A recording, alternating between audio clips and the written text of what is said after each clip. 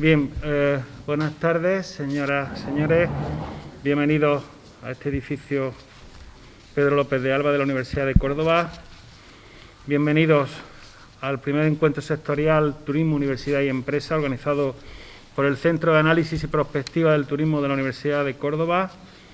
Tengo el honor de compartir esta mesa a mi derecha con don Javier Campos González, que es presidente de la Comisión de Turismo y Cultura de la Confederación de Empresarios de Córdoba, CECO, y a mi izquierda el profesor Manuel Rivera Mateo, señor director del Centro de Análisis y Prospectiva del Turismo de la Universidad de Córdoba, a quien tengo el honor de dar la palabra.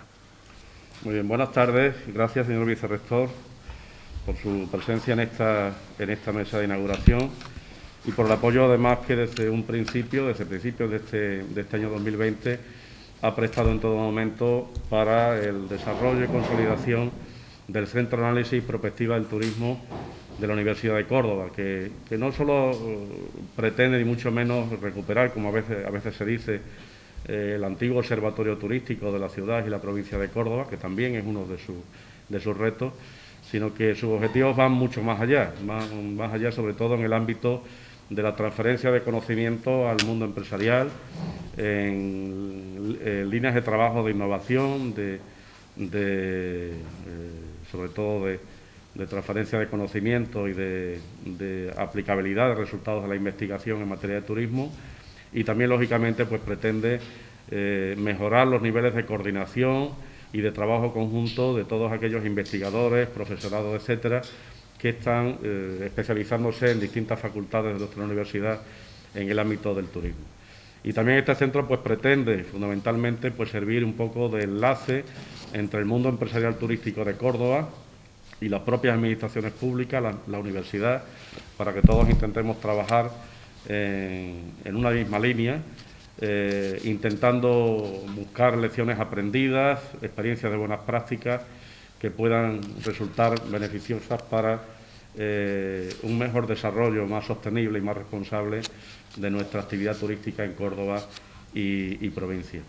Cómo no agradecer también la presencia en esta mesa de inauguración al presidente de la Comisión de Turismo y Cultura de CECO, que también en todo momento ha demostrado su disponibilidad, su buen hacer con nosotros, con la Universidad de Córdoba, pese a su difícil agenda y su complicada agenda. Casi siempre lo tenemos a nuestra disposición, con lo cual vuelvo a agradecerle ese nivel de cordialidad que siempre tiene también con nosotros.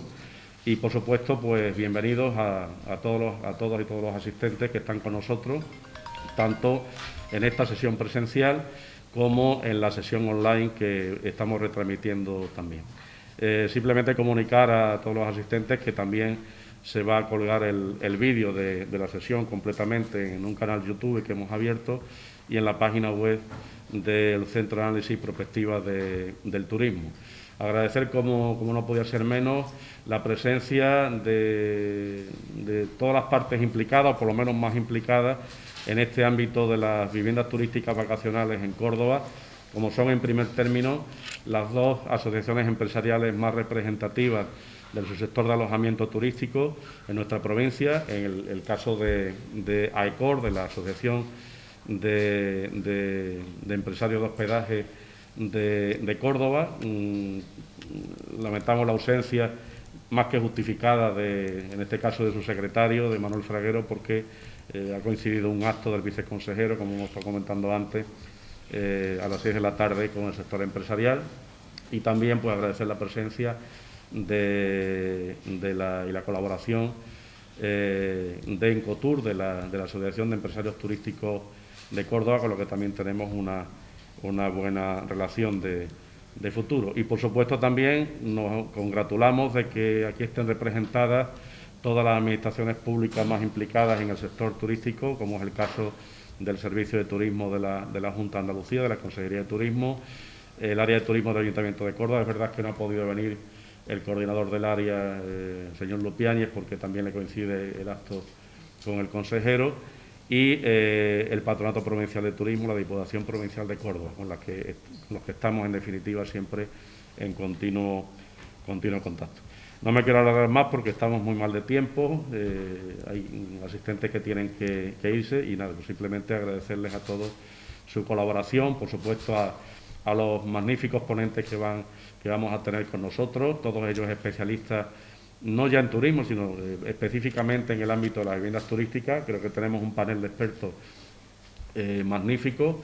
En su mayoría son profesores e investigadores de la Universidad de Córdoba, incluso con tesis doctorales específicas sobre la temática de las viviendas turísticas, y en otro caso, como el caso de María Serrano, pues una profesional también que colabora pues muy a menudo con nosotros en la revista Riture, en la revista internacional de turismo, empresa y territorio, que está vinculada precisamente a este Centro de Análisis y Prospectiva del Turismo. Muchas gracias y buenas tardes.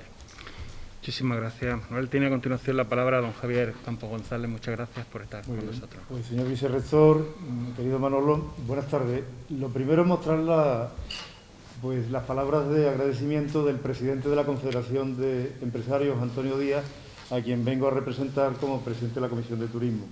La satisfacción de estar en la universidad, de compartir este tiempo, por mi parte va a ser breve porque me uniré a esta reunión que hay con el consejero de Turismo esta tarde, y mostrar ese poco tiempo, pero sí la satisfacción de que la Administración, junto con la universidad y el sector empresarial, seamos capaces de reflexionar en estos momentos tan dramáticos para la economía de nuestro país. Hace muy poco tiempo estábamos hablando de términos que hoy nos parecen el pasado histórico: gentrificación, masificación, turismofobia, zonas turísticamente saturadas, y hoy día, de pasar a ser un 14% del Producto Interior Bruto, hoy día somos mendigos.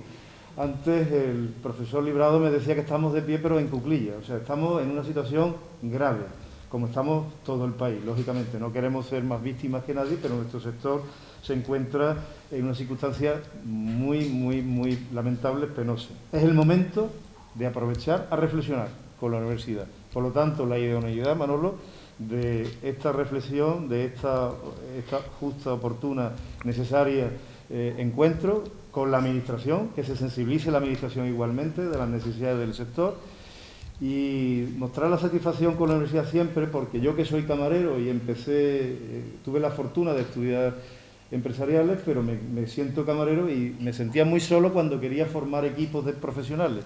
Afortunadamente, me acaba de comentar el decano Librado que los estudios de tecnología de los alimentos ya tienen una vertiente gastronómica. Por eso reconozco la labor de la UCO en tanto en cuanto el sector es necesario una reflexión, y también dotarlo de los medios y de las personas formadas, competentes, que requiere esta situación, que seamos pronto capaces todos de resolverla cuanto antes. Así que mostrar la satisfacción, el agradecimiento del presidente y el mío propio, y pedir disculpas, vicerrector, porque nos vamos a trasladar a la reunión. Muchísimas gracias. Muchísimas gracias. Traslada el agradecimiento al presidente, y yo, por supuesto, uniéndome a vosotros, voy a tener que ser también bastante breve. Bien, este observatorio no es ni más ni menos que el producto de un trabajo que se ha desarrollado durante todo el mandato del rector José Carlos Gómez Villamandos, que me encargó específicamente al inicio de su mandato de establecer un grupo de trabajo con todos los grupos de investigación y todas las estructuras de la Universidad de Córdoba que tenían algo que ver con el turismo, a nivel turismo, a nivel patrimonio, aspectos jurídicos, patrimoniales, culturales, aspectos de gastronomía, y por supuesto con las facultades y escuelas que tienen competencias en la formación, y mantener un diálogo continuo y estar preparados en todo momento. Creo que es nuestra función para dar una respuesta única de la universidad ante cualquier demanda desde el conocimiento. Esa es la clave. La institución, la universidad, tiene que estar preparada para dar respuestas desde el conocimiento, desde la investigación y de la transferencia, y ese es el objetivo de la institución, ¿no? Que la Universidad de Córdoba quiere ser locomotora, quiere contribuir al desarrollo territorial en este campo tan importante, donde hay tantos retos. Olvidemos un poquito la situación que estamos pasando, que anula cualquier otro reto, porque la situación es muy delicada, pero el grupo surge en 2015 y trata de contribuir, junto con el triángulo mágico que lo ha descrito perfectamente, ¿no? Tanto que se habla de RIS3, tanto que se habla de modelos de triple hélice, la administración, el tejido empresarial y esa Universidad de Córdoba, que quiere estar siempre ahí dando respuesta. Por tanto, estoy muy contento de inaugurar el primer acto del Centro de Turismo, que también se crea el Observatorio de Turismo, que se crea un poquito justo con la llegada de esta situación tan lamentable y espero que en el futuro estemos ahí siempre al servicio del territorio para dar respuesta desde todos los ámbitos que pueda ser necesario. En este caso concreto, el programa que se ha elaborado pone de manifiesto un poco la calidad del I+D y de la formación que se hace en nuestras titulaciones, en este caso concreto sobre las viviendas de uso turístico, donde aparte de doña María Serrano, el resto de ponentes son personas que vienen desarrollando en este campo en todos sus aspectos jurídicos, patrimoniales, una labor fundamental. Muchísimas gracias a todos los ponentes, muchísimas gracias a los asistentes en nombre del rector, a los asistentes tanto de forma presencial como virtual, y queda inaugurado este primer encuentro que esperemos sea provechoso y que se desarrolle lo mejor posible considerando la visita del señor consejero. Muchas gracias. Buenas tardes. Permítanme presentarme. Mi nombre es Rocío Muñoz, soy profesora de la Universidad de Córdoba y miembro del aula Universidad Turismo y Empresa, UCOTUREM, y voy a ser la moderadora de este acto. En las últimas décadas, la actividad turística ha experimentado una transformación sin precedentes. La forma en la que se contratan los viajes, la evolución de los modelos de negocio turístico, el desarrollo de estrategias de comercialización de los destinos, los cambios en las preferencias de los viajeros, así como la diversidad de actividades que estos realizan, han evolucionado hacia modelos tan complejos que en algunos casos resulta difícil diferenciar qué es y qué no es turismo. Actualmente, el mercado reclama propuestas innovadoras que se adapten a los cambios de la sociedad y que permitan practicar un turismo seguro, aún más en este escenario de incertidumbre generado por la COVID-19. Hoy contamos con un grupo de expertos que, desde sus ámbitos de investigación y experiencia profesional, nos van a hablar de las viviendas de uso turístico como fenómeno en alza, pero que entraña cierta complejidad en su identificación, caracterización y regulación. Sin más, paso a presentarle al primero de nuestros ponentes. El profesor Humberto Gosalvez Pequeño, profesor titular de Derecho Administrativo en la Universidad de Córdoba, con más de 25 años de experiencia docente e investigadora en nuestra universidad. Licenciado en Derecho, profesor en la licenciatura de Ciencias del Trabajo, licenciatura en Derecho, Administración y Dirección de Empresas, las antiguas titulaciones de diplomatura y los actuales grados equivalentes.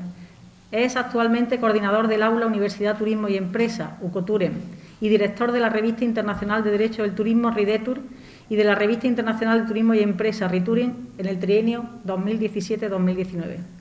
Docente y ponente en numerosas jornadas y cursos organizados por diferentes entidades públicas y privadas, es autor de 4 monografías y 2 obras de práctica jurídica, más de 40 estudios publicados en revistas jurídicas y en obras colectivas, entre ellas 9 sobre derecho turístico, y un código legislativo concordado. Es investigador principal actualmente del proyecto FEDERUCO, el régimen jurídico del turismo colaborativo en Andalucía, a propósito de la desregulación española, portuguesa y latinoamericana, y además ha participado en 12 proyectos financiados por el Estado y por la Junta de Andalucía.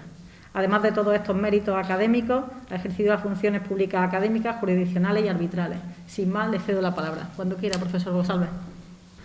Muy buenas tardes. Pues para mí es un auténtico placer estar aquí. Agradezco a la Universidad de Córdoba, en particular al director del centro, Manuel Rivero, su amable invitación, a la coordinadora, su gentil presentación. Y les tengo que decir que es que me falta el aire. Me falta el aire. Yo no sé si es de la emoción, del calor, de la mascarilla o de lo que sea. Pero le pido disculpas al menos durante unos minutos. La verdad es que cuando en una jornada tan anunciada y tan divulgativa también, con tantos compañeros, compañeras expertas en la materia, el que le está hablando es invitado a hablar en primer lugar, pues la verdad es que la responsabilidad es aún mayor de la que en principio uno tenía asignada. Porque se trata de abrir fuego.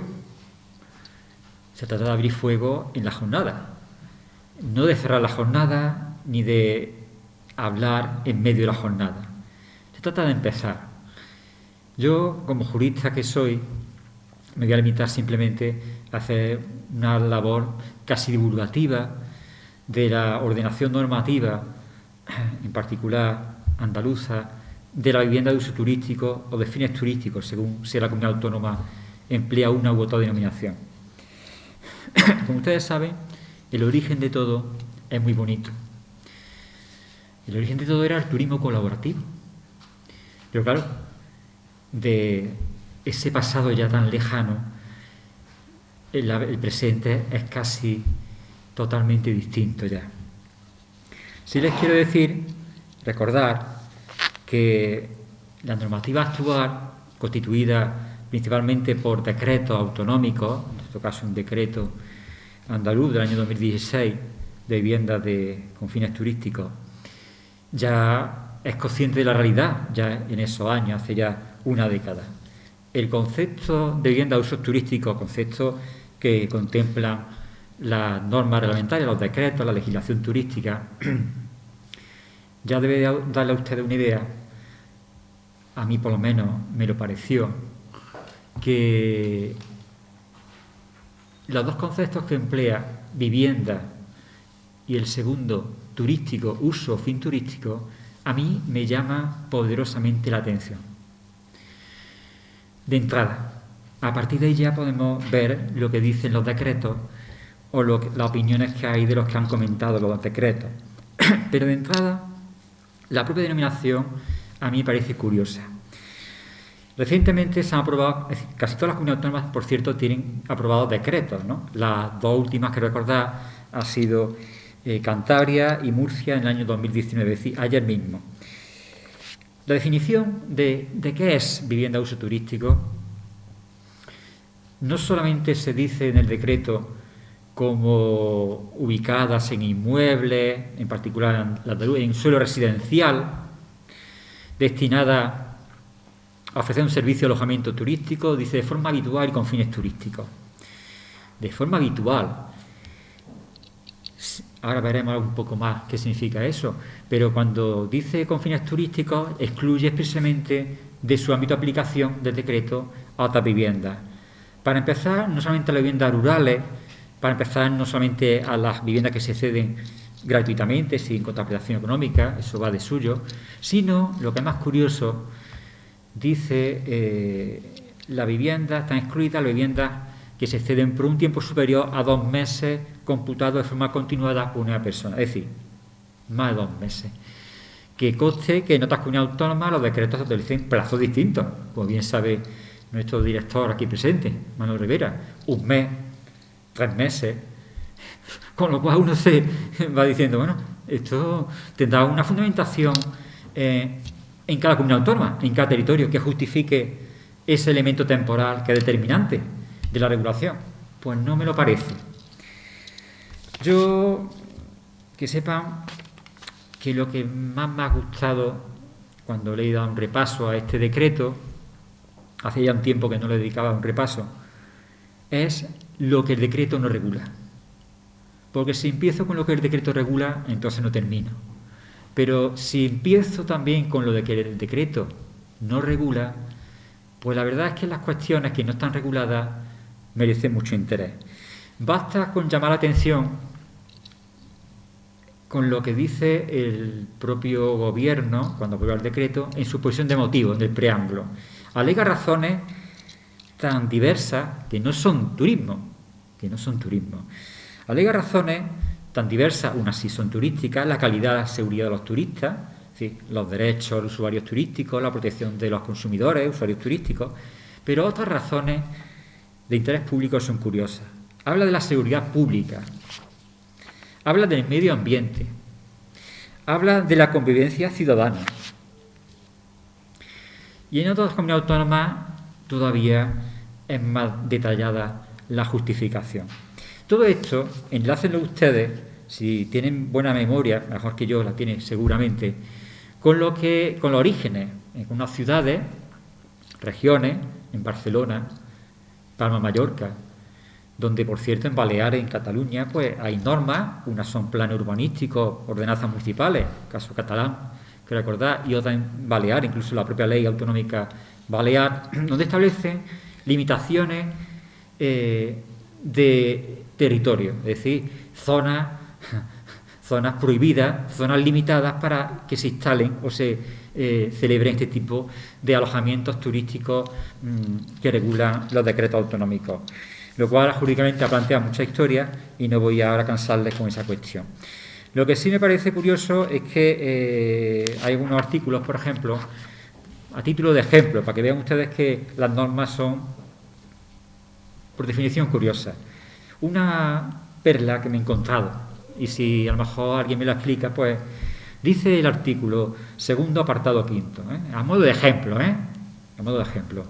Cuando las personas usuarias incumplan algunas de las obligaciones que establece la ley de turismo, por tanto, derechos y obligaciones de los usuarios turísticos, y añade, y aquí está la perla, especialmente las relativas a las reglas de convivencia. Esto ya es para detenerse a pensar.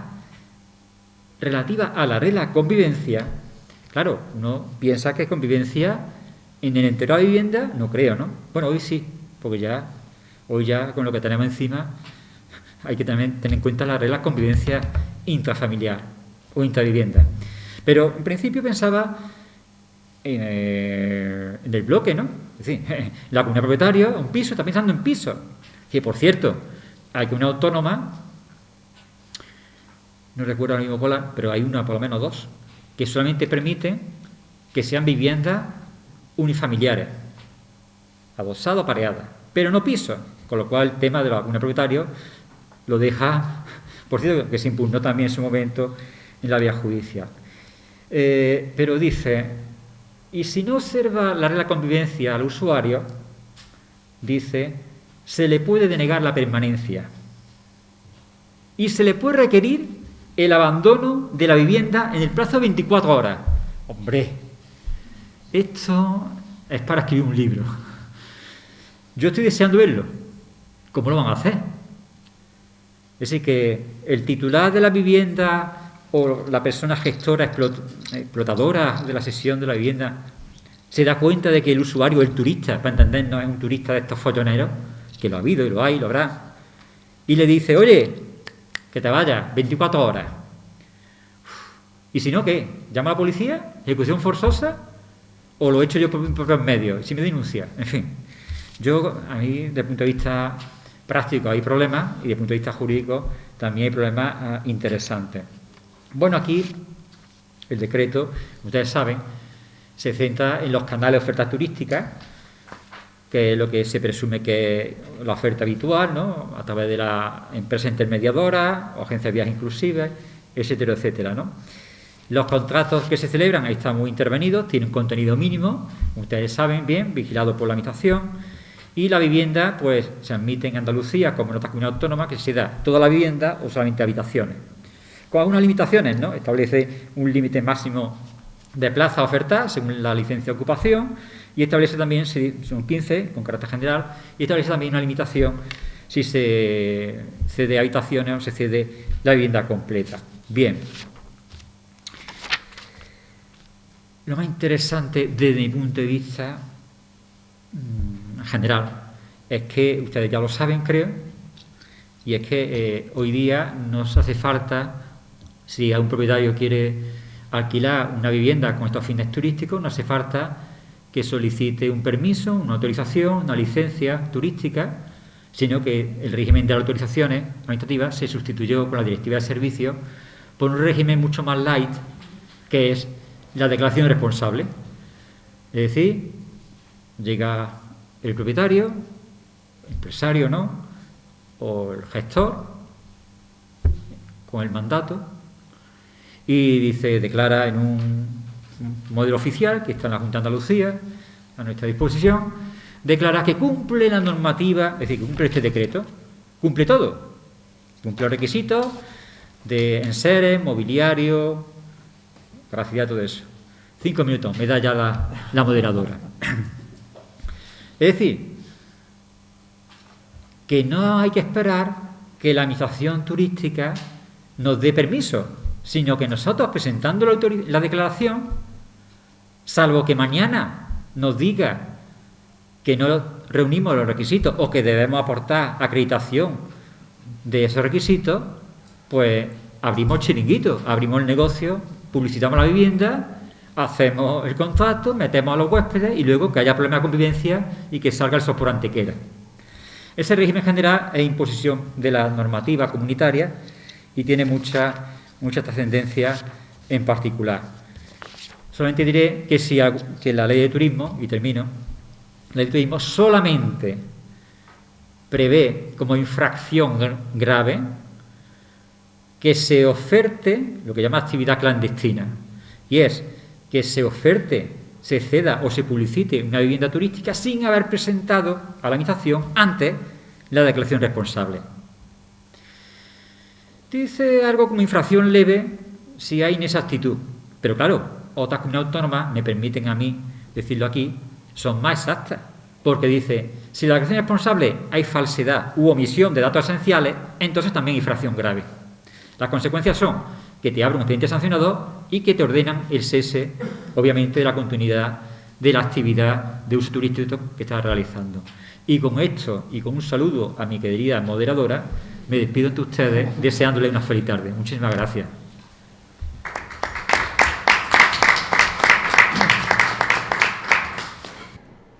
A continuación tiene la palabra don José Antonio Fernández Gallardo. El profesor Fernández es doctor en computación avanzada por la Universidad de Córdoba, máster en métodos de investigación en ciencias económicas y empresariales por la Universidad Loyola de Andalucía, licenciado en ciencias económicas y empresariales, licenciado en investigación y técnica de mercado por la Universidad de Córdoba. En la actualidad es profesor del área de economía financiera y contabilidad, también en nuestra universidad. Posee una experiencia de más de 10 años en empresas multinacionales del sector financiero, desempeñando funciones de gestión, análisis financiero y dirección de equipo. Su línea de investigación sobre el análisis del mercado inmobiliario y del turismo ha desarrollado recientemente su tesis doctoral en la que realiza un estudio socioeconómico financiero de las viviendas de uso turístico en Córdoba, utilizando para ello sistemas de información geográfica. Ha participado en diversos proyectos de investigación sobre el mercado inmobiliario y turismo y ha sido investigador visitante en diversas universidades latinoamericanas impartiendo conferencias sobre el mercado de las viviendas de uso turístico. Profesor Fernández, cuando quiera. Bueno, buenas tardes. Se escucha bien, ¿verdad? Buenas tardes, muchas gracias por la invitación a Manuel Rivera, gracias por la presentación, gracias a los asistentes, tanto presencial como online, y gracias, bueno, y enhorabuena también por la exposición a mi compañero Humberto. Yo cambio de tercio, es decir, yo el enfoque que yo vengo a presentar unos resultados, de hecho, de mi tesis doctoral, que ha sido recientemente defendida en junio de este año. Y vamos a tratar la presentación desde un enfoque. Yo voy a presentar un enfoque eminentemente financiero y económico, presentando los resultados, como digo, de un estudio que se realizó a lo largo del ejercicio del año 2019. Y para contextualizar, la vivienda de uso turístico, como tal, es una vivienda, como tal está afecta de lo que es el mercado inmobiliario, ¿vale? Y tiene, obviamente, una conexión directa con el mercado turístico. Para un poco poner en contexto sobre el estudio del que voy a hablar, lo primero, bueno, algo que es obvio y que todos conocemos, ¿vale? Pero algunas características importantes a tener en cuenta del mercado inmobiliario, como es el hecho de que es un mercado que no tiene liquidez inmediata, es decir, cuando uno quiere vender una vivienda no puede darle un botón y venderla, ¿vale? Como si puede vender, por ejemplo, un producto financiero. El hecho también de que tiene una conexión con el sector financiero, porque de hecho en torno al 49% de las compraventas que se realizan están financiadas. También la tecnología, como en todos los ámbitos, pero está haciendo que se esté produciendo un cambio de paradigma dentro del mercado inmobiliario. Y luego una característica importante que es la heterogeneidad que tiene el mercado inmobiliario. Y eso tiene también mucha conexión con el mercado de viviendas turísticas. Es decir, no se puede generalizar cuando se habla por ejemplo, de que suben, de bajan los precios, porque no hay un mercado inmobiliario, hay muchos submercados incluso de un propio distrito, ¿vale? Bueno, como digo, voy a presentar los resultados y debido también al tiempo que tenemos, voy a intentar ir a lo importante. Como acabo de comentar, la tesis, si alguien quiere más información sobre lo que voy a hablar, me deja el correo electrónico y no tengo ningún problema en mandarle la tesis completa. Un poco vamos a reflexionar sobre dos cuestiones, es decir, lo primero es esa heterogeneidad que estaba comentando anteriormente, que hace singular el mercado inmobiliario, hace que sea vital el que conozcamos dónde tenemos la vivienda turística en este caso. Vamos a hablar un poquito simplemente de dónde están en Córdoba, ¿vale? Lo voy a hacer un poquito de pasada. Vamos a reflexionar un poquito con los resultados que voy a presentar del estudio sobre si es rentable o no invertir en vivienda con fines turísticos. Y para finalizar, simplemente puntualizar en base a tres estudios muy recientes que hay sobre el impacto que la COVID-19 está teniendo sobre el mercado de viviendas con fines turísticos. Bueno, el estudio hemos hecho un estudio con un horizonte temporal desde las primeras fechas de los que tenemos datos, que es desde junio del año 2016 hasta el año 2019. Primero del 2019, ya que, como comentaba antes, el estudio se ha realizado a lo largo del ejercicio 19.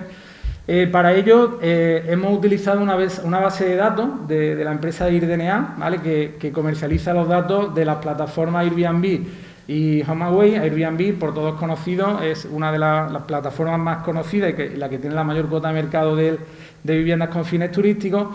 Se trata de una base de corte longitudinal, es una serie temporal desde junio del 16, como comento, con en torno a 60.000 registros, y dentro de las 70 variables que tenía, una de las más importantes es que no geolocalizaba la vivienda, con un error relativamente asumible.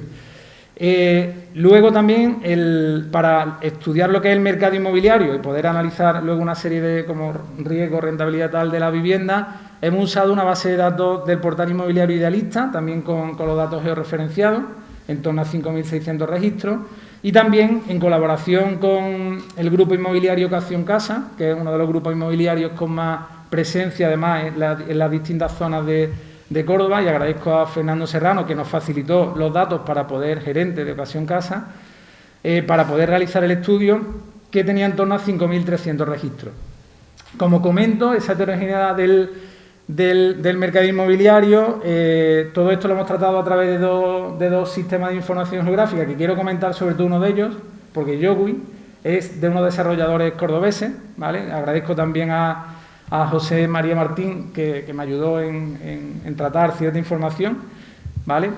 Y bueno, lo primero, esto era un mapa, una foto aérea, los puntitos son las viviendas con fines turísticos que había en junio del año 16, ¿vale? Esto era 2 años y medio después, ¿vale? Si hacemos zoom sobre la foto y con colores están caracterizados los distintos distritos de Córdoba. Eso era en junio del 2016, esto es 2 años y medio después, ¿vale? Y esto, ahora mismo lo que tenemos bordeado con colores, ¿vale? Es solamente, representa lo que es el casco histórico de Córdoba. La foto superior izquierda sería lo que sería junio del 2016, la inferior derecha, ¿vale? Lo que era 2 años y medio después. Simplemente un poco por ubicar un poquito, obviamente el distrito centro, como hemos visto en la fotografía, el que más carga de vivienda turística tiene, en torno a un 7%, ¿vale?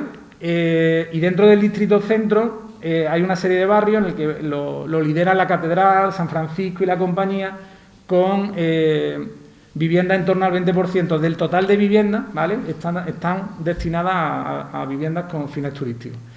Bueno, se hizo un análisis de patrones de los puntos, es decir, de dónde estaba y cómo ha crecido la vivienda, y bueno, simplemente aunque la figura y la imagen era evidente, pero nacen alrededor de la mezquita. El epicentro de la mezquita, el punto blanco de hecho es la mezquita, ¿vale? Los dos patrones hacen referencia a lo que es la vivienda con fines turísticos en junio, es decir, que sería este patrón, y el que sería justo 2 años y medio después, ¿vale? Y como comento, crece como epicentro la mezquita, catedral, que obviamente es el monumento con más reclamo turístico de Córdoba. Existen 3 tipos de viviendas con fines turísticos: el apartamento completo, las habitaciones privadas y lo que serían las habitaciones compartidas. Bien, nosotros en el estudio, ya que como se puede observar en el gráfico, las habitaciones, el apartamento completo es aquel más numeroso y además el que tiene desde el inicio de la serie un crecimiento permanente, nos hemos basado, y además porque si no, no se hubieran podido comparar bien, el estudio se centra principalmente en apartamentos completos. Bueno, lo mismo, por tipología de vivienda, también todo crece, ¿vale?, a lo largo de los 2 años y medio alrededor de la mezquita, que es el punto blanco, ¿vale? Bueno, una de las conclusiones primeras que podemos ir ya diciendo, pues, y es algo también obvio, que el crecimiento de la vivienda turística en Córdoba se concentra en torno a la zona donde se encuentra ubicada la mezquita catedral, ¿vale?, coincidiendo con la zona de mayor atractivo turístico. Vale, por algunos datos, ¿vale?, para ir introduciendo ya a los resultados, como estancia media de toda la serie, ¿vale?, nos salen 3,0 noches por estancia, en el que destacan los meses de, creo que no veo bien, pero creo que es julio y agosto. Sí, julio y agosto creo que son tanto del 17 como del 18 los que llegan casi, los apartamentos completos, casi a las 4 noches de media. Con respecto a la ocupación media mensual de la serie, está en torno a un 44%, ¿vale?, en el que también destacan, y debido al reclamo turístico que tiene Córdoba, los meses de abril y mayo, ¿vale?, destacan dichos meses. Bien, esto es un mapa de calor en el que los colores fuego transmiten dónde se encuentran ubicadas las viviendas que tienen una ocupación más alta, un porcentaje de ocupación más alta. Hemos cogido 3 fechas distintas dentro del ejercicio 18, como se puede comprobar, pues es todo lo que es el entorno de la mezquita, unido con la parte de la zona de San Francisco y el barrio de San Pedro. En las 3 fechas coinciden lo mismo. Bien, dentro del estudio económico, por presentar algunos resultados, nosotros, bueno, me voy a parar aquí un momentillo. Aquí lo que pretendemos es darle un poco de luz al futuro inversor, si quiere, es decir, para que piense o no, o estudie la viabilidad o no de invertir en una vivienda turística, ¿vale? Porque no deja de ser, como he hablado antes, un bien que no es líquido, que cuesta venderlo, que tiene unos riesgos y tal. Entonces, no pretendo aquí dar ninguna clase de matemática financiera, ni mucho menos, pero el estudio se basa simplemente con los datos pasados que tenemos de la base de datos que he comentado, ¿vale? Proyectar flujos futuros de los ingresos que va a tener cada una de las cerca de 3.000 viviendas turísticas que se ha hecho el estudio para las 3.000, y es calcular a valor actual cuál es el valor, ¿vale?, de esa vivienda, cuál es el valor de esa vivienda a día de hoy. Bien, es decir, un concepto financiero, el BAN, ¿vale?, lo pasamos. Y primero, los resultados respecto a rentabilidad, ¿vale? Entendida la rentabilidad como el cociente que trae lo que son los ingresos que obtenemos, es decir, las rentas que nos pagan los turistas dividido por la inversión que tenemos que hacer. Dentro de los barrios mejores colocados tenemos al barrio de Fray Albino, Santa Marina, San Pedro, ¿vale?, por la parte alta, pero si ponemos y contextualizamos en un mapa con colores fuego lo que es la zona donde se encuentra la vivienda con mayores rentabilidad, volvemos nuevamente a encontrar que las mismas zonas, la zona que ocupa lo que es la catedral, el barrio de San Francisco y San Pedro, son las que se llevan, donde se ubican las viviendas con rentabilidades más altas. Esto sería haciendo un poquito zoom, ¿vale?, como se puede apreciar, no sé si se ve bien la imagen, ¿sí? ¿Vale? Bueno. Vale, esto lo pasamos. Vale, entonces obviamente aquí se cumple esa heterogeneidad del mercado inmobiliario que hablábamos, ¿vale? También se cumple con respecto a las viviendas con fines turísticos, es decir, no se puede generalizar cuando hablamos de si es buena inversión o no el invertir o en comprar una vivienda para destinarla como usos turísticos, ¿no? Vale, los resultados con respecto al valor actual neto, al BAN que he comentado antes. Me voy a esta diapositiva, que es la que mejor lo explica. Esto es cada una de las viviendas caracterizada, es decir, cada punto una vivienda, cada punto que tiene el color blanco es una vivienda que con sus datos históricos ¿vale?, dan como resultado un VAR negativo. Es decir, eso quiere decir una recomendación de no invertir en esa vivienda.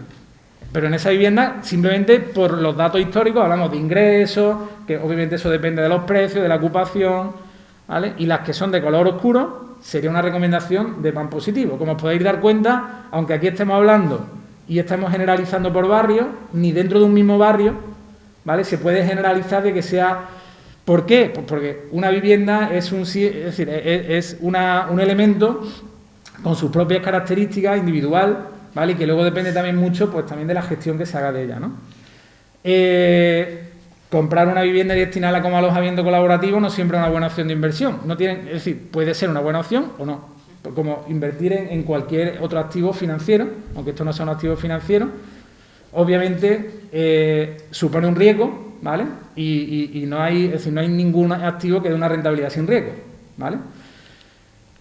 Hicimos también una valoración de cada una de las viviendas siguiendo la normativa ECO 805-2003, que es la que regula la valoración de la vivienda cuando tienen como destino el ser la garantía de un préstamo hipotecario, ¿vale? Y porque teníamos datos para poder hacerlo y también obtuvimos unos resultados que nos llevaron a la conclusión de que había zonas que, valorando todas las zonas que tienen color fuego, que es la zona de la Catedral, San Pedro y Ciudad Jardín, son aquellas zonas que antes de la COVID, obviamente, tenían unos valores de mercado, las zonas en sí, quizás por debajo, a la que, según la valoración que se podían hacer por la actualización de flujo de las viviendas que lo componían, ¿vale?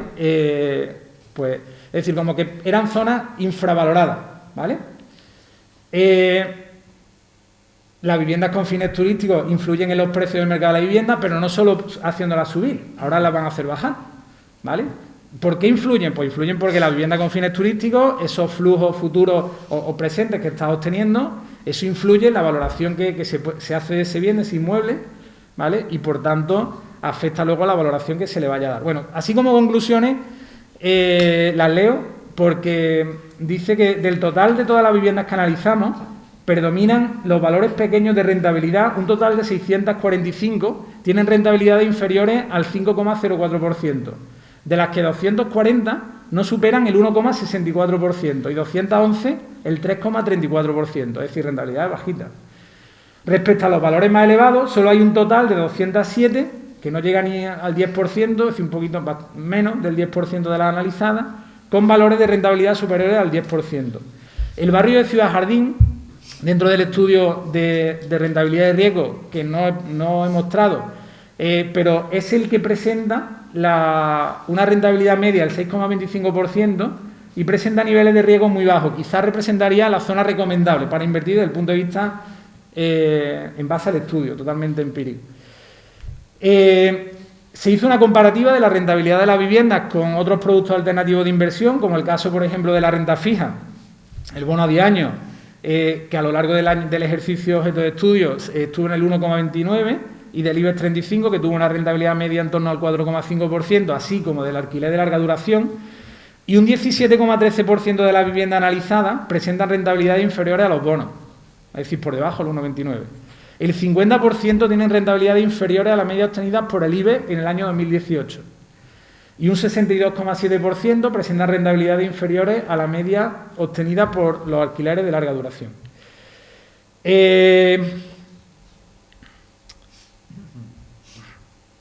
Una reflexión: comprar una vivienda y destinarla como alojamiento colaborativo no es una inversión segura ni al 100%, ¿vale? Se expone a un riesgo determinado, como estamos hablando, es un bien que se espera obtener una rentabilidad, como tal hay un riesgo, tanto por la incertidumbre de los flujos futuros que se vayan a percibir en forma de renta, como por las fluctuaciones que la hay del valor que tenga el inmueble a lo largo de la vida de esa inversión. Y ya para finalizar, simplemente porque no hay mucho escrito en la prensa, en las revistas científicas, porque es muy reciente, desgraciadamente, la COVID-19, pero así algunas reflexiones que he estado leyendo de algunos estudios.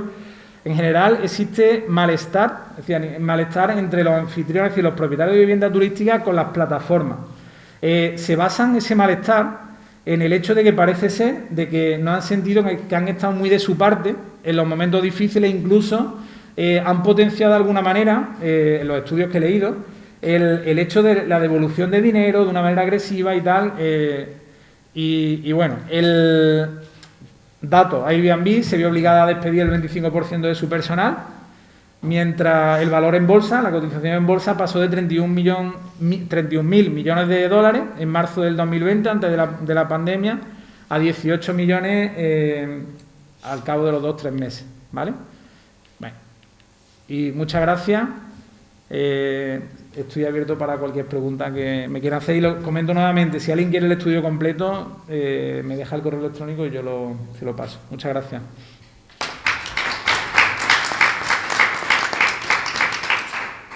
Continuamos con el profesor don Antonio Menor Campos.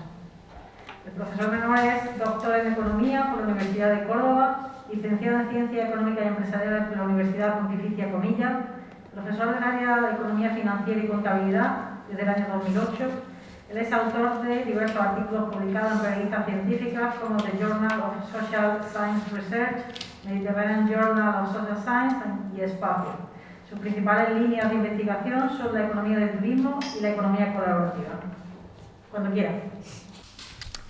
Bien, mi intervención va a tratar sobre la otra parte del juego, que es la demanda turística, sobre el turista que nos visita y que utiliza como medio para su alojamiento una vivienda turística.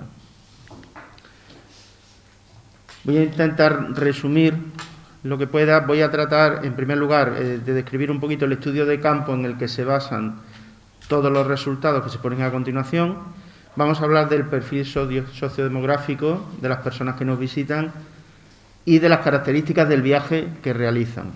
Vamos a hablar de las motivaciones que tienen tanto para elegir este tipo de alojamiento como para optar por un alojamiento concreto dentro de la oferta que tienen a su disposición. También de la satisfacción sobre este medio de alojamiento y, por último, pues algunas conclusiones que se extrajeron en su momento. Bien, ahí tenemos lo que sería la ficha de la encuesta. Nosotros empezamos haciendo un estudio de campo, se diseñó un cuestionario, se sometió a diversos pretest hasta que conseguimos ya la versión que consideramos definitiva. Y en este cuestionario nosotros lo dividimos en 3 bloques. Un primer bloque donde se intentaba ver cuáles eran las características del viaje que se había hecho. Un segundo bloque que estaba centrado sobre las motivaciones y la satisfacción. Y un último bloque donde se le hacían ya preguntas al turista de tipo sociodemográfico. Se pasaron 880 encuestas aquí en la ciudad de Córdoba, principalmente en la zona de la Judería, en la zona del Alcázar, en la Mezquita incluso. Durante los meses que van de octubre del 2017 a mayo del 2018, ambos inclusive.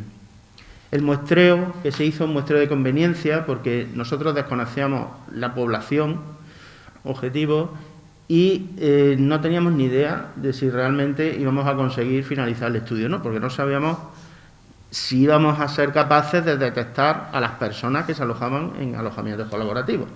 Dado el volumen de visitantes que tiene la ciudad, pues pensábamos que a lo mejor esto era como buscar una aguja en un pajar. Afortunadamente, pues no fue así. El error muestral, en el supuesto de que esto hubiera sido un muestreo aleatorio, que no lo es, pues hubiera estado en el 3,76%, simplemente por efectos informativos. ¿De acuerdo?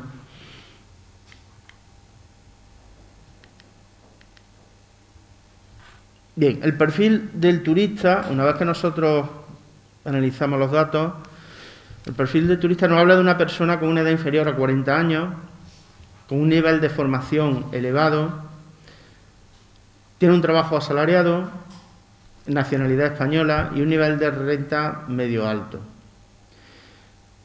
Había cosas que nos sorprendieron, cosas que no esperábamos. El tema de la edad, pues un poco como que lo sospechábamos, básicamente porque la principal forma, veremos ahora las características del viaje, la principal forma de contactar con el anfitrión es a través de plataformas tecnológicas. Y lógicamente, pues hay ciertos sectores de la población que por su edad pues, a lo mejor se sienten menos cómodos haciendo transacciones a través de Internet que otros para los cuales es bastante más habitual.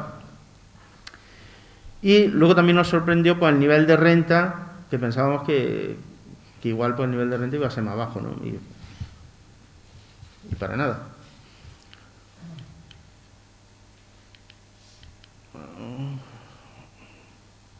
En cuanto al perfil del viaje, algo más de la mitad, aproximadamente un 56% de los encuestados, ya habían visitado Córdoba anteriormente. Cosa que era una buena noticia porque indicaba ganas de volver a visitar la ciudad. La mayoría viajaba con su pareja o con amigos y el tamaño medio del grupo eran de 4 personas.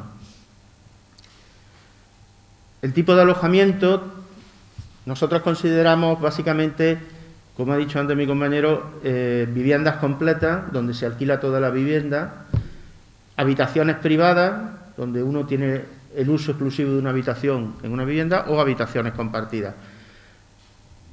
Aparecieron algunos casos de intercambio de casas, de home swapping, pero estamos hablando de aproximadamente un 0,5% del total, con lo cual pues, era básicamente despreciable.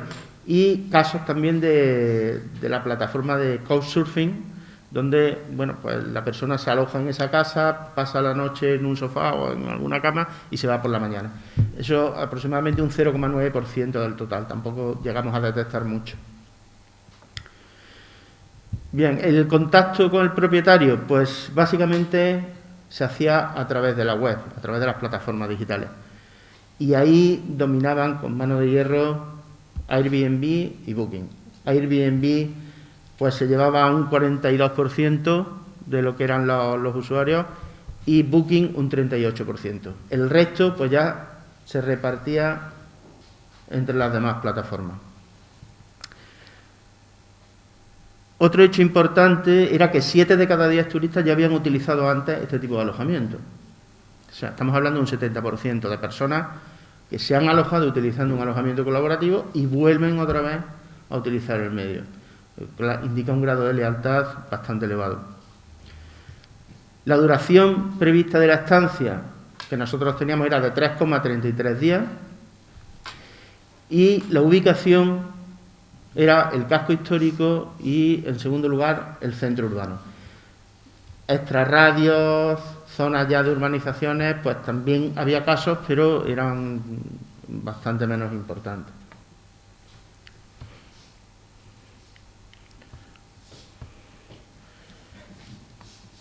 Bien, centrándonos en las motivaciones para usar este tipo de alojamiento, las principales eran el precio y la ubicación. Precio y la ubicación que se sitúan con un 74 y un 70% como justificación, como lo que declara el usuario que más valora a la hora de optar por este alojamiento. La comodidad también era importante y ya en menor grado la disponibilidad, es decir, el hecho de tener una oferta más o menos amplia donde poder elegir y no tener que ceñirme a 4 o 5 opciones, y ya relacionados con el precio, el disponer de una mayor capacidad de gasto en destino o el poder alargar el viaje en más días de lo que podría utilizar el viaje o podría disfrutar el viaje si estuviera utilizando otro medio de alojamiento. Aparecía también la cercanía personal, que era ya una característica más de tipo social, que luego se valoraría, pero en otro aspecto. Y como motivaciones para elegir el apartamento o la vivienda por la que habían optado, en primer lugar era la ubicación y el precio, un 83%.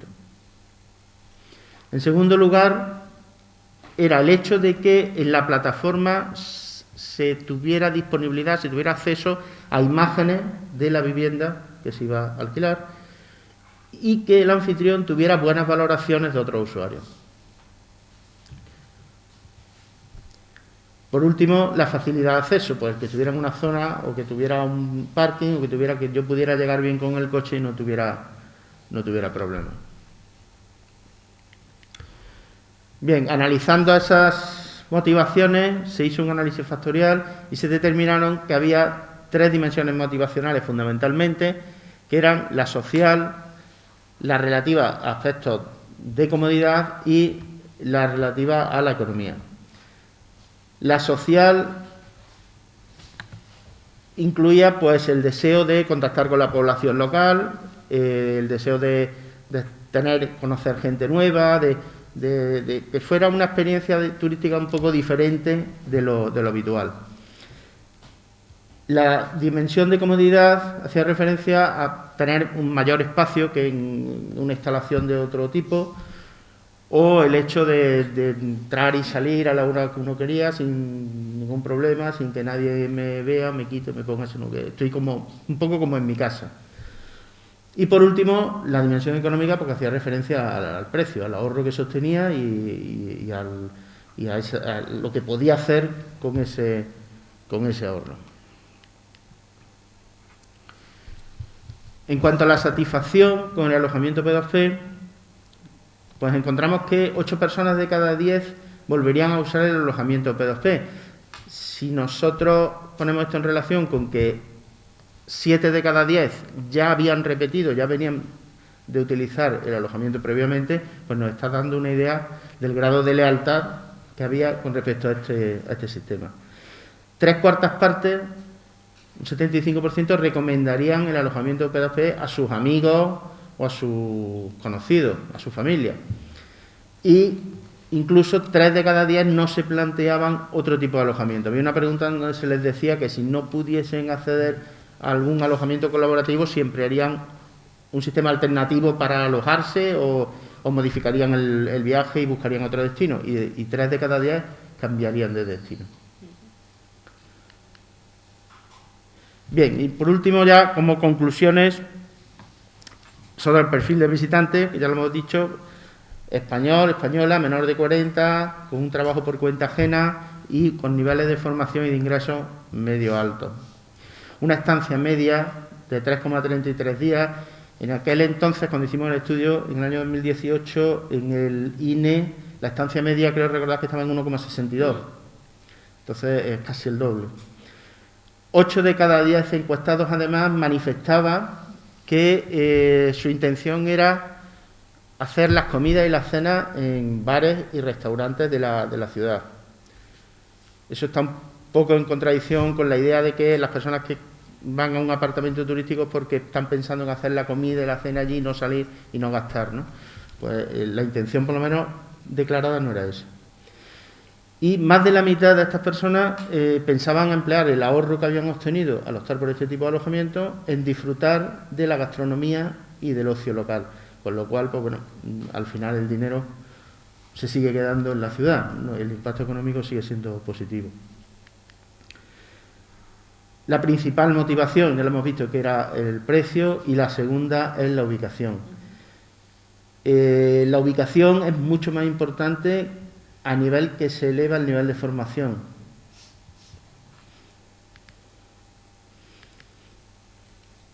Todas estas motivaciones tenían un carácter heterogéneo, se realizó una segmentación, se obtuvieron 4 tipos distintos de turistas: el turista en base a esas dimensiones motivacionales, el turista social, el turista, digamos, cómodo o que busca más la comodidad, el turista económico, y luego había un cuarto segmento que era una mezcla de los 3 donde no se podía ya diferenciar más.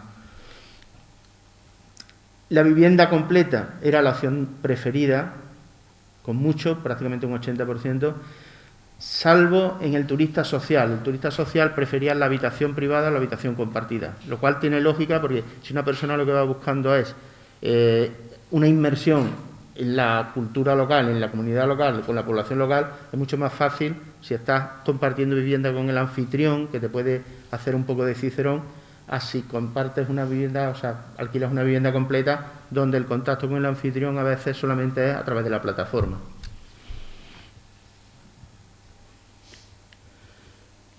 Y nada más, cualquier pregunta que quieran hacer, pues estoy a su disposición.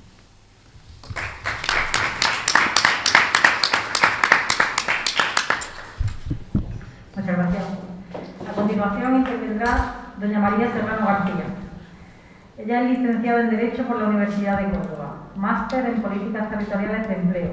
Ha realizado estudios de posgrado en la Escuela de Prácticas Jurídicas del Ilustre Colegio de Abogados y Procuradores de Córdoba. Socia fundadora de la consultora Ramos y Serrano, Consultoría SL Aventur.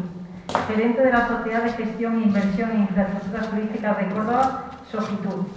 Directora de la Unidad Territorial de Empleo de Alto Guadalquivir, también ha sido técnico de desarrollo local en municipio de la provincia de Córdoba. Es autora de diversos artículos que ha publicado en Obsertur y en Rituden. Cuando quiera. Muchas gracias, Rocío. En primer lugar, agradecer a la universidad esta iniciativa que ha tenido, porque yo creo que la universidad es un elemento muy importante de transferencia de conocimiento a la sociedad, y también porque creo que estas mesas de debate, de reflexión, de comunicación son interesantísimas, sobre todo si se hacen desde diferentes perspectivas, porque los resultados van a ser mucho más enriquecedores. Decía el profesor Humberto que era difícil comenzar y abrir esta sesión. Yo creo que es mucho más difícil cerrarla, porque pienso que todo lo interesante, todo lo trascendente desde un punto de vista social, desde un punto de vista económico, se ha dicho ya. De todas maneras, yo me voy a centrar más en la parte operativa, en la parte del día a día, en las cuestiones que nos plantean las personas, los promotores que quieren poner en marcha una iniciativa de vivienda con fines turísticos u otra iniciativa de alojamiento turístico. Y voy a tratar de, bueno, pues estos temas que son mucho más prácticos, menos trascendentes, pero son con los que nosotros convivimos a diario. Comentaba también, voy a comenzar al hilo de lo que decía el profesor Humberto, que le sonaba muy raro encontrar vivienda y de uso turístico. Yo creo que también me ha llamado la atención, por eso califico la vivienda como un híbrido, la vivienda con fines turísticos, perdón, como un híbrido de lo que es una vivienda para uso habitual y un alojamiento turístico. Esta fórmula pues, nos lleva en ocasiones a estar en terrenos poco claros desde el punto de vista jurídico, pero bueno, la normativa ha intentado regularizarlo lo mejor que ha podido, pero siempre quedan flecos con los que nosotros nos vamos encontrando, porque la casuística es tremenda.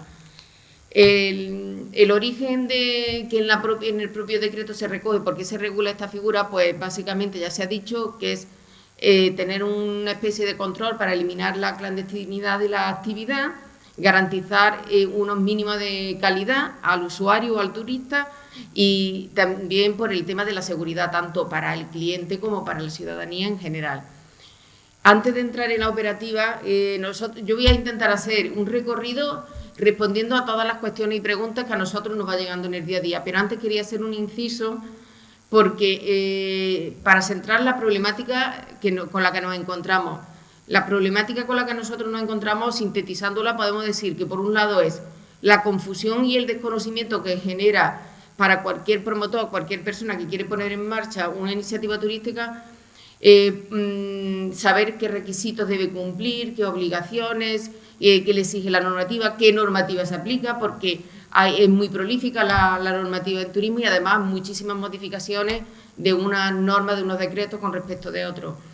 Y en segundo lugar, también cada vez más estamos encontrando una discrepancia, por llamarlo de alguna manera, entre los intereses de la comunidad turística o de los promotores de viviendas con fines turísticos y de los residentes, sobre todo cuando encontramos esa vivienda en un inmueble en propiedad horizontal o en un inmueble con unas características pues, que tienen que convivir.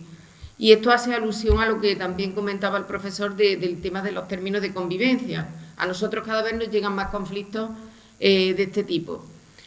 Y por último, aunque no creo que me competa a mí decirlo, pero también se han generado ciertas discrepancias con la normativa o con la regulación dada de algunos colectivos de la oferta turística, especialmente o principalmente de sectores de establecimientos hoteleros y demás.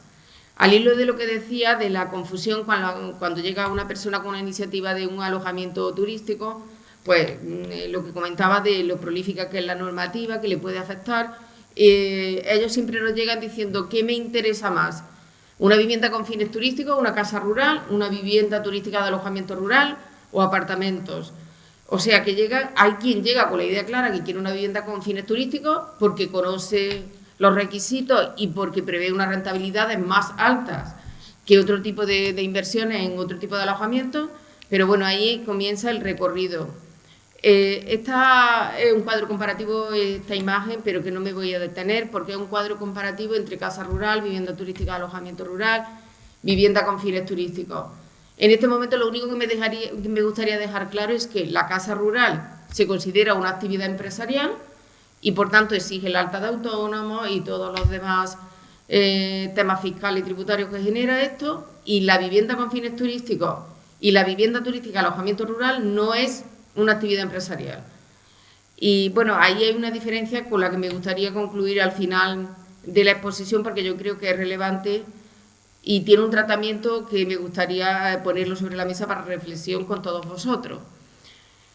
Requisitos o qué se entiende por vivienda con fines turísticos, pues básicamente lo que ya se ha dicho, es un inmueble, una vivienda en este caso, ubicada en Andalucía, se alquila con fines turísticos de forma habitual y a cambio de precio, evidentemente, o alguna remuneración económica. Destacar en este caso que no es un establecimiento de alojamiento turístico, es un servicio de alojamiento turístico como marca la ley de turismo. Y esa definición que parece insustancial, pues tiene una consecuencia importantísima, que es que no puede prestar ningún servicio complementario al propio del alojamiento. Por otro lado, con habitualidad. La habitualidad del alquiler se presume, la norma recoge que se presume y se presume cuando se dan determinadas circunstancias, que es cuando se promociona, se comercializa por los canales habituales de la oferta turística, puede ser la agencia de viajes, plataformas como hemos visto, o otras empresas de intermediación. Hay conflictos y en algunos casos se han visto, bueno, con dificultades para decir si un cartel en una vivienda con fines turísticos o si un cartel en una vivienda es suficiente para considerar que está comercializándose por los canales propios de la oferta turística. El elemento clave, según una instrucción de la Dirección General, es que debe posibilitar la reserva, o sea, si es una plataforma debe posibilitar la reserva y si hay otro mecanismo físico o online debe posibilitar la reserva. Un tema también que creo que es relevante es que este tipo de alquiler turístico no está excluido de la LAU, de la Ley de Arrendamiento Urbano. Específicamente recoge la propia Ley de Arrendamiento Urbano que se regula por la propia normativa sectorial, que en este caso es la normativa que estamos viendo, que es la normativa turística. ¿Qué requisitos básicos generales debe tener o debe conocer una persona que quiere poner en marcha una iniciativa de vivienda con fines turísticos? Importante, y es un elemento que a mí me llama poderosamente la atención con lo que nos estamos encontrando el problema, es disponer de licencia de ocupación. Cédula de habitabilidad u otro documento equivalente. Bueno, pues son muchos los casos que nos encontramos que no tienen este documento, entonces quedan imposibilitados para poner en marcha una vivienda con fines turísticos. En este caso, la vivienda puede alquilarse completa, como veis ahí, no más de 15 plazas, y por habitaciones. ¿Qué ocurre? Que en caso de que sea por habitaciones, el titular, en principio, debe estar empadronado en la propia vivienda. Y en este caso no se puede ofertar más de 6 plazas por habitación. En cualquiera de los dos anteriores, no más de 4 plazas por habitación. Otra limitación que tiene y que también a mí me suscita dudas es que no puede alquilarse más de 2 meses de forma continuada a una misma persona. Mis dudas se me plantean si se puede compatibilizar el alquiler turístico inferior a los 2 meses que recoge la norma con otro alquiler superior a los 2 meses que se consideraría alquiler de temporada. Entiendo que no, que si la norma lo prohíbe no puede hacerse. Y luego, pues, los requisitos de infraestructura, habitaciones, ventilación y todo eso se recoge en el artículo 6 de este decreto, que básicamente son muy ligeros. Te dicen que, bueno, que tienen que tener ventilación, lo que son las habitaciones y los salones, al exterior a un patio, que deben contar con sistemas de refrigeración fijos o de calefacción, que el tema de los sistemas de refrigeración fijos, ha habido una sentencia recientemente que creo que la Federación de Asociaciones de Viviendas con Fines Turísticos interpuso un recurso de casación y ha dicho el tribunal que no, que lo exime de tener que contar con estos elementos de refrigeración fijos. Al hilo de toda esta definición y de todos estos requisitos, ¿qué se queda fuera? ¿Qué no se consideran viviendas con fines turísticos? Evidentemente, las que se ceden gratuitamente, no podría ser de otra manera. Las viviendas que se contratan por tiempo superior a 2 meses a una misma persona de forma continuada, como hemos visto. Y con el tema de las viviendas situadas en el medio rural, cuando el decreto se promulgó, recogían que no podían ser viviendas con fines turísticos. Luego hubo una modificación posterior, creo que en el 2018, que admite que pueden ubicarse en lo que la ley considera medio rural, el decreto de turismo activo y turismo en el medio rural. Pero ¿qué ocurre? Que pueden estar en el medio rural, pero en suelo residencial, es decir, pueden estar en un pueblo pequeño, pero tienen que estar en suelo urbano de uso residencial. Y otra limitación importante, y ahí también hay mucha confusión, es cuando pasa de ser vivienda para fines turísticos a ser establecimiento de apartamentos turísticos. Es decir, una persona que tenga más de 3 viviendas titular por propiedad o usufructo tal, de más de 3 viviendas de uso turístico, si se encuentran en edificios no contiguos, ahí pone contiguo y es un error, en un radio de 1 kilómetro o menos, se entiende que es establecimiento de apartamentos turísticos. Esto tiene una consecuencia tremenda, y es que pasa a considerarse actividad empresarial, y además debe ser gestionado por una única empresa con unos límites temporales de 10 años mínimos y demás. Vamos a ver, retomando la exposición. Un promotor o una persona o una sociedad que gestione o que tenga en titularidad una vivienda con fines turísticos no se considera actividad empresarial, y por tanto no tiene que darse de alta en autónomo y todo lo demás que explicaremos a posteriori. ¿Cuándo se considera actividad económica el alquiler turístico? En 2 ocasiones: cuando prestan servicios propios de la industria hotelera, servicios propios de hospedaje, o cuando se necesita para su gestión una persona contratada a tiempo completo. Servicios de hospedaje, ahí he puesto un listado de lo que considera la Dirección General de Tributos servicios de hospedaje. Casi todos tienen la característica que debe ser prestado de manera periódica, diaria y demás, limpieza, cambio de ropa, servicios de restauración o alimentación.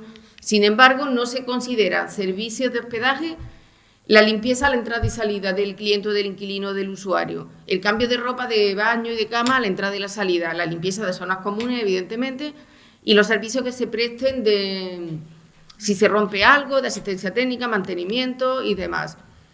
¿Quién puede alquilar una vivienda? ¿Quién puede gestionar o explotar una vivienda con fines turísticos? Esto es otra duda que nos plantean, pero pueden ser personas físicas, personas jurídicas u otras entidades que no tengan personalidad jurídica propia, como una sociedad civil, una comunidad de bienes. ¿Qué ocurre en el caso de las viviendas con fines turísticos por habitaciones? En este caso tiene que ser una persona física, porque además se le exige que esté empadronada la propia vivienda, con lo cual ahí hay una limitación importante. La siguiente pregunta, que ya se ha tratado también, que nos hace es ¿cómo legalizo mi casa para convertirla en una vivienda con fines turísticos? Es verdad que el procedimiento que hay es presentar una declaración responsable a la Consejería de Turismo, que se puede hacer online, está todo muy mecanizado, muy fácil, muy ágil, donde el titular o la empresa que explota la vivienda dice que cumple con todos y cada uno de los requisitos que marca el decreto. Es verdad que la gente piensa que dice, oye, yo ya he presentado la declaración, ya puedo iniciar la actividad, no tengo que hacer nada más. Y no son conscientes de que están firmando un documento que es un compromiso, que están diciendo que cumple una serie de medidas que en muchos casos desconocen qué medidas son las que tienen que cumplir. La documentación que se pide para inscribirla, además de esta declaración responsable que digo, básicamente es acreditar que tienen título suficiente para explotarla, bien si el propietario, la escritura de propiedad, termino rápidamente, si es una empresa gestora, un contrato donde se estipule que se la ceden para fines turísticos, el IBI y, por supuesto, la licencia de ocupación o cédula de habitabilidad. En todo caso, el responsable frente a la Administración y el que debe cumplimentar la declaración responsable es la empresa gestora. Si es el propio titular, si es el propietario, pues el propietario. Pero si ese propietario le ha cedido mediante un contrato suficiente en derechos para que lo explote una empresa, será la empresa la que cumplimente la declaración y la responsable frente a la Administración. Básicamente, nos encontramos 5 situaciones en la explotación de una vivienda con fines turísticos. que el titular la explota directamente, con lo cual es responsable sin duda, que el propietario titular la cede a una empresa gestora, que será esta la responsable, y también que el titular utiliza medios de comercialización a través de intermediarios como es Booking o otras plataformas. En este caso, sigue siendo el titular el responsable. La plataforma o el agente que ejerce la intermediación es eso, un mediador, pero no tiene responsabilidad. Respecto a las obligaciones fiscales, el alta en impuestos de actividades económicas, que en este caso, cuando es el propio promotor, como no se prestan servicios complementarios, servicios propios de la industria hotelera, es el mismo que alquiler de vivienda. En el caso de que se la alquile a otra persona para la explotación hotelera, pues sería alquiler de locales industriales y otros alquileres. No tiene mayor repercusión porque estarían exentos, porque como se exige un rendimiento neto de 1 millón de euros, no creo que ninguna vivienda ni grupo de viviendas lo alcance. Como esos ingresos que genero por el alquiler de mi vivienda, ¿cómo los declaro? Estos ingresos, estoy hablando siempre en términos generales, tienen la consideración de rendimiento de capital inmobiliario y así se declararán en el impuesto de renta si es una persona física o de sociedades, si es una entidad mercantil. Siempre insisto que sea la mera disposición del alojamiento, que no se presten servicios complementarios de ningún tipo. El IVA encontramos también 3 situaciones, dependiendo de que yo sea el titular y yo directamente la alquile, en cuyo caso está exenta de IVA porque lo recoge la propia IVA, la propia ley del IVA. En caso de que se la ceda a una empresa gestora, si esa empresa gestora evidentemente no puede prestar servicios complementarios, sería la que facturaría al cliente final exento de IVA y yo le facturaría a esa empresa gestora a la que se la he cedido mediante el contrato correspondiente. Y por último, si es a través de intermediarios, como digo, en este caso es el promotor el que factura al cliente final. El intermediario es un mero intermediario, agente, que le facturará la comisión que haya estipulado al promotor, en este caso de la vivienda. Creo que me da tiempo, ¿no? Por último, simplemente este cuadro, lo que pasa es que he visto que al profesor Fernández me ha parecido que tenía otras cifras. Nosotros del RTA, del Registro de Turismo de Andalucía, hemos sacado estas cifras, no sé si son correctas, pero bueno, han sido recientemente.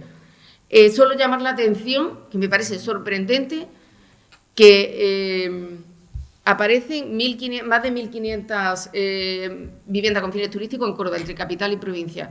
Representan el 80 y tantos % respecto de la capital y el 60 y tantos % si es capital o provincia. La comparativa con el resto de alojamientos. Esa es la misma. Bueno, pues básicamente he intentado hacer un recorrido por toda la operativa, por toda la problemática que puede encontrar cualquier promotor que quiera poner en marcha una vivienda con fines turísticos. Sé que ha sido muy rápido y que es un poquito tedioso, por eso me permito terminar con una reflexión que dejo sobre la mesa.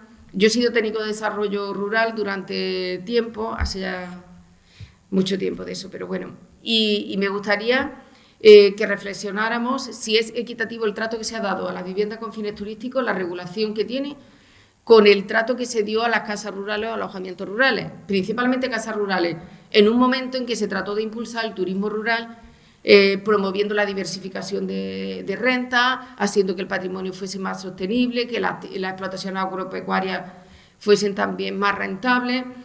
A las casas rurales se le pide una serie de requisitos de infraestructura muchísimo más exigentes que a las viviendas con fines turísticos. Además, se entiende que es actividad empresarial porque prestan algún servicio complementario de hospedaje, que en realidad el que prestan es mínimo. Y bueno, alta en IAE, alta en autónomo, liquidaciones de impuestos y demás. Sin embargo, bueno, la vivienda con fines turísticos surge precisamente al contrario, se ha tratado de regular una situación que se venía produciendo en la sociedad y una situación que en principio parecía rentable, y ya nos ha dado el profesor Fernández más datos que me han llamado poderosamente la atención, pero bueno, a nosotros generalmente los que nos llegan no nos llegan como inversión, sino como segunda vivienda, personas que tienen una casa ociosa. Entonces, bueno, pues esa es la reflexión que lanzo. No sé si es el momento de valorar. Pero bueno, el turismo rural ahora, sobre todo con el tema de la España vaciada, el despoblamiento que se está produciendo, pues yo creo que es un tema a debate. Y bueno, si lo contrastamos con las viviendas con fines turísticos, yo creo que puede ser una mesa de debate interesante. Por mi parte nada más, muchísimas gracias a todos por el tiempo y por la atención. Yo no tenía preparadas ninguna palabras, pero bueno, voy a hablar desde la experiencia que tenemos en la Asociación Empresarial de Hospedaje de Córdoba con las viviendas con fines de uso turístico. Realmente en la asociación englobamos a todo alojamiento turístico. Nosotros no estamos desde una postura contraria porque se piensa muchas veces que los hoteles y apartamentos turísticos pues tenemos una visión contraria o fuera de lo que es la realidad de las viviendas con fines de uso turístico, y para nada. Nosotros tenemos a viviendas con fines de uso turístico asociadas a la asociación y creemos que es un modelo que ha venido para quedarse. Consideramos que es un modelo actualmente que es muy lejano a la primitiva idea por la que se creó, con la plataforma Airbnb en San Francisco, el modelo de economía colaborativa. Creemos que eso ha quedado obsoleto y desde AECOR lo que queremos manifestar principalmente es que es necesario una nueva regulación de las viviendas con fines de uso turístico. Consideramos que el decreto de la Junta de Andalucía, que también ha expresado el profesor Humberto, ha quedado también desfasado. Consideramos que tenemos una buena oportunidad en el momento de regular los apartamentos turísticos, porque estamos hablando de una regulación de la Junta de Andalucía que, si no me falla la memoria, es de 2010, y consideramos que 2016 viviendas con fines de uso turístico. Yo me refiero a apartamentos turísticos. Los apartamentos turísticos estamos con una regulación de 2010.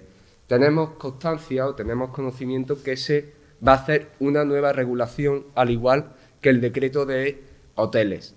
Creemos que es una buena oportunidad aprovechar esa regulación de los apartamentos turísticos para homogeneizarlos a las viviendas con fines de uso turístico.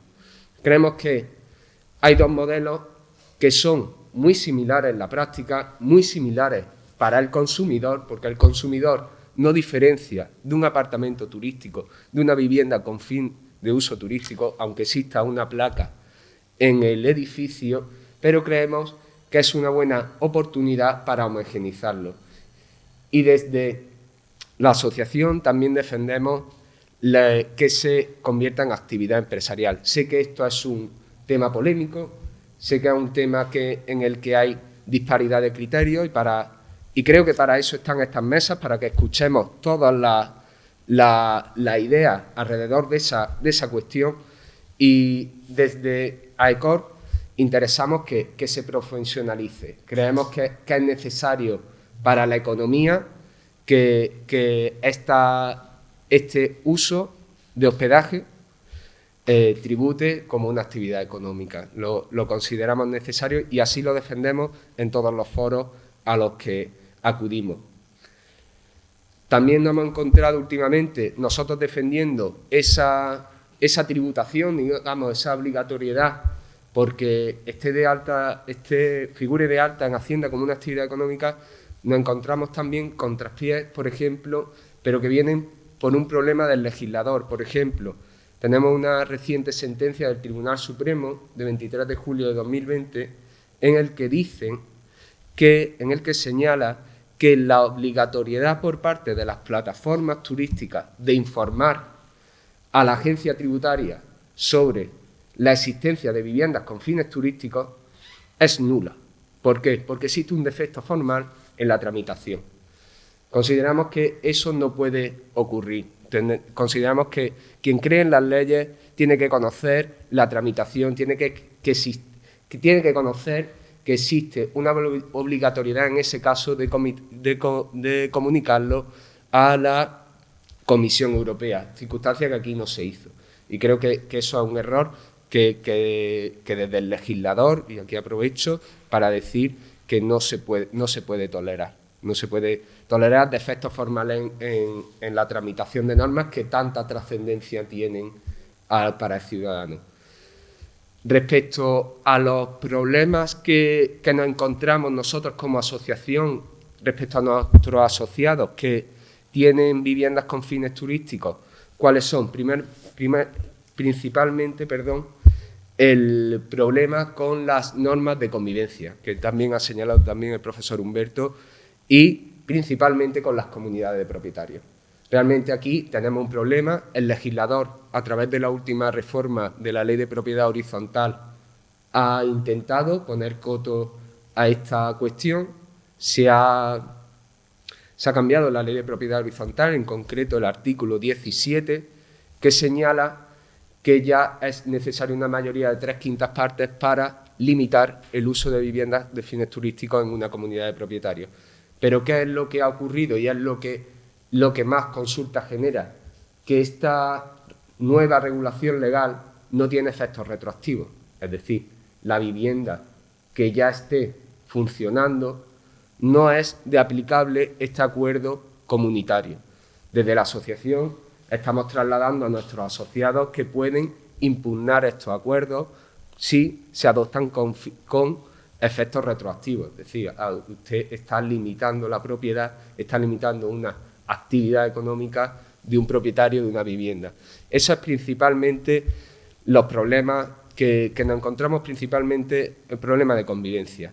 También la comunidad de propietarios tiene una posibilidad, que es una acción de cesación de actividades molestas, que viene recogida en el artículo 7 de la Ley de Propiedad Horizontal, que no tiene mucha virtualidad práctica tampoco, porque tú que cesas en la actividad al señor que está ocupando la vivienda, que a lo mejor está en Lyon cuando ya se ha marchado, y con el retraso endémico que tenemos en los juzgados y tribunales de España, es algo que la limitación del uso sí está bien, pero esa acción creemos que no tiene eficacia realmente.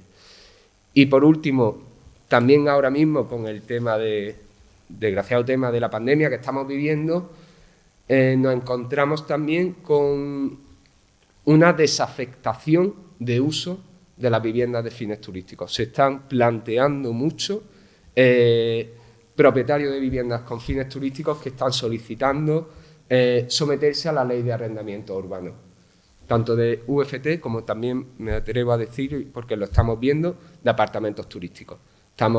El sector hotelero y de alojamientos turísticos estamos en una crisis sin precedentes y obviamente los propietarios de viviendas pues buscan rentabilidad. Y como ha señalado perfectamente el profesor Fernández, la rentabilidad realmente, que a mí me ha sorprendido, también está en la ley de arrendamiento urbano, en el arrendamiento de vivienda habitual que todos conocemos. Por lo demás, esas son las cuestiones principalmente que nos encontramos en AECOR con la UFT, y reiterar mi agradecimiento al Centro de Análisis y Prospectiva de Turismo de Córdoba por la organización de esta mesa que espero que se vuelva a repetir. Muchísimas gracias.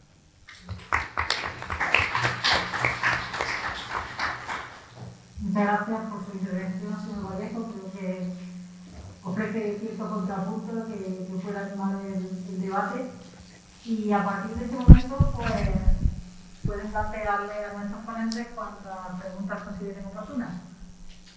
Y sí me gustaría intervenir, si puedo, en un segundito al hilo de lo que ha dicho José María Vallejo. Sí, claro que sí. Que con el tema que ha planteado José María de la exigencia de que sea actividad económica la explotación. A mí me resulta paradójico y muy llamativo que tú puedas tener una vivienda en Bujalance, otra en Montoro y otra en Villafranca. No se considera actividad empresarial, pero si tengo una casa rural en Diseminado, en Honrachuelo, se me ocurre, pues sí, solamente con la única y exclusiva diferencia que se prestan servicios complementarios, que son mínimos, que en algún caso es el desayuno o tener otro servicio menor. Entonces, o puedo tener una casa, una vivienda en las Tendillas y otra pues más de 1000 metros retirada y no es actividad económica. Eso yo creo que es a considerar.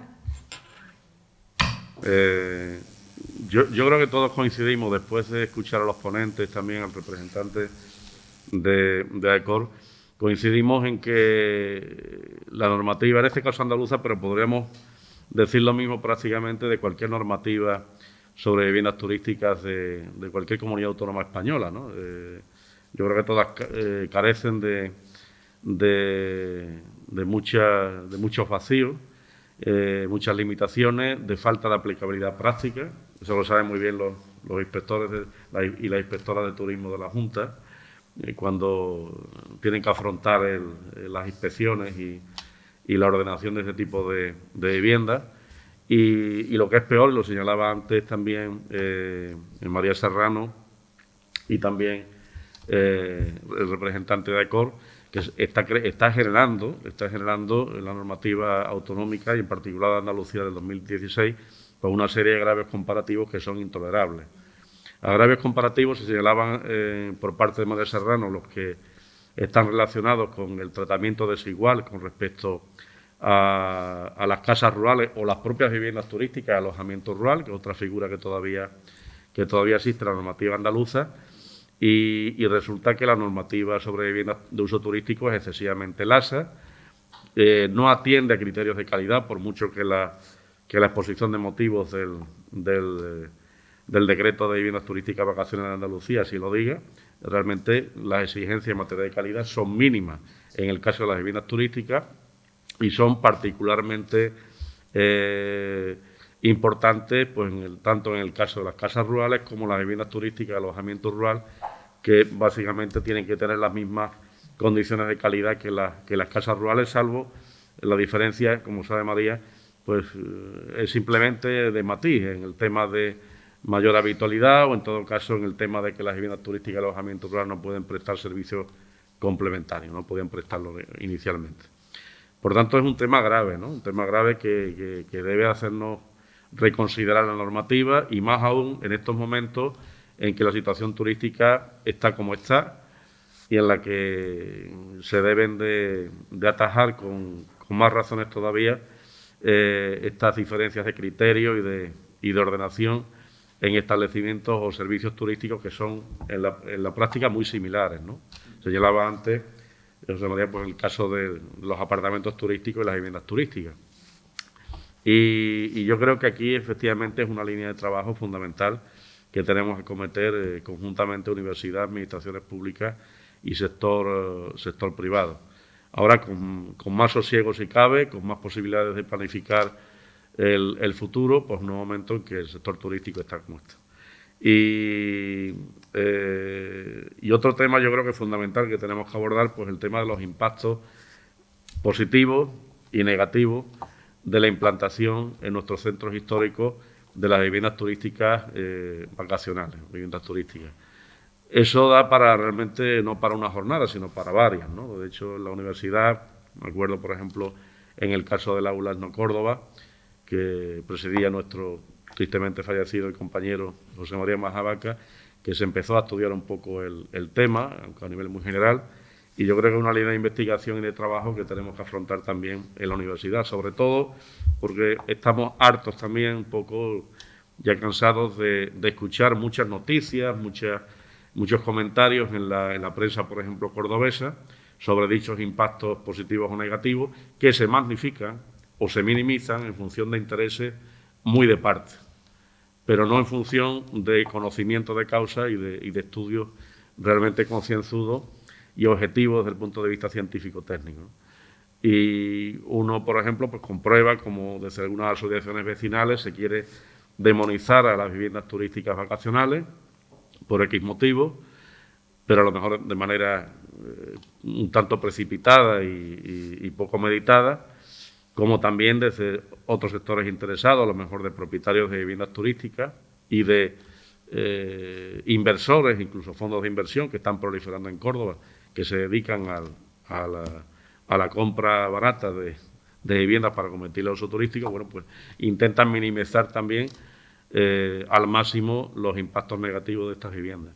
Pero hay muchos temas que desconocemos, que no están estudiados, y yo creo que ahí tenemos que también plantear nuevas investigaciones. Por ejemplo, en qué medida la expansión creciente y exponencial que hemos sufrido en Córdoba en los últimos años de la oferta de viviendas turísticas, sobre todo en barrios, como comentaba José Antonio, barrios como por ejemplo San Pedro, el entorno de la Judería y la Mezquita Catedral, está incidiendo en la elevación del precio de alquiler de la vivienda residencial, en la cada vez más difícil compra de viviendas para uso residencial en esta zona de mayor afluencia turística de la ciudad. Se habla mucho de eso, pero realmente con poco conocimiento de causa. Yo creo que vosotros estáis ya, tanto Antonio Menor como José Antonio, yo creo que estáis ya avanzando bastante un poco en abrirnos luz en ese campo, pero yo creo que es necesario todavía profundizar en este tema, porque se está hablando con muy poco conocimiento de causa y de manera totalmente interesada.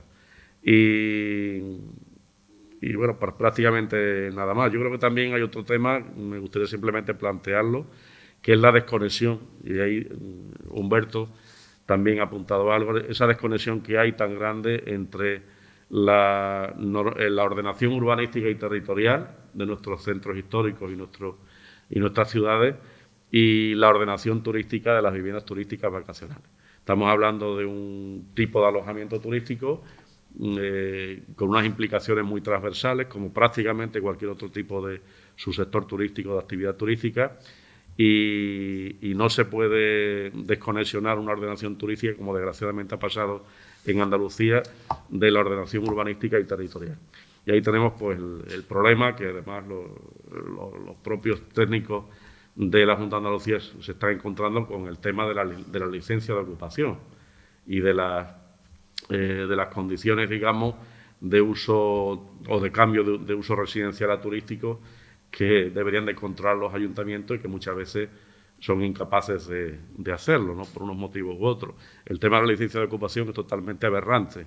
O sea, no se puede entender que una vivienda turística, según recoge la normativa turística andaluza, pueda tener condiciones de calidad, de seguridad técnico-constructiva o de otro tipo, simplemente porque tenga una licencia de ocupación de hace a lo mejor 20 años. Y en esa vivienda resulta que a lo mejor se han hecho pues un montón de reformas o ampliaciones sin ningún tipo de control de licencia por parte de los ayuntamientos. Sin embargo, si el propietario de esa vivienda turística presenta una licencia de ocupación de hace ya 20 años, pues vale. O incluso una certificación de habitabilidad, como también se acepta en algunos casos, que puede ser hasta incluso más antigua, ¿no? O sea, que hay cosas que no se entienden y que están haciendo que esa normativa realmente no ayude a